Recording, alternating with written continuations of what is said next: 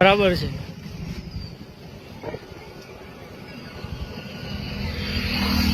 બોલો સાહેબ, આ છોકરાઓ પાસે કેમ કામગીરી કરાવો છો? સાફ સફાઈ શા કારણે છોકરાઓ માટે છોકરાઓ જોડે કરાવડાવો છો?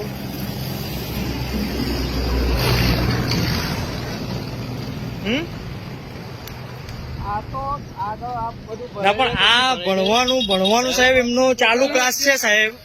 આ ચાલુ શિક્ષણના સમયમાં તમે સાફ સફાઈ છોકરાઓ જોડે આ કરાવો છો એ કેટલું વ્યાજબી કહેવાય? તમે 4 શિક્ષકો આ રીતે બહાર ફરો છો, છોકરાઓનું ભવિષ્ય શું?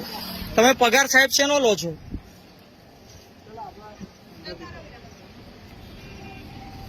હે સાહેબ, આ રીતની તમે આ રીતે કામગીરી કરાવો છો, આ કેટલું વ્યાજબી છે?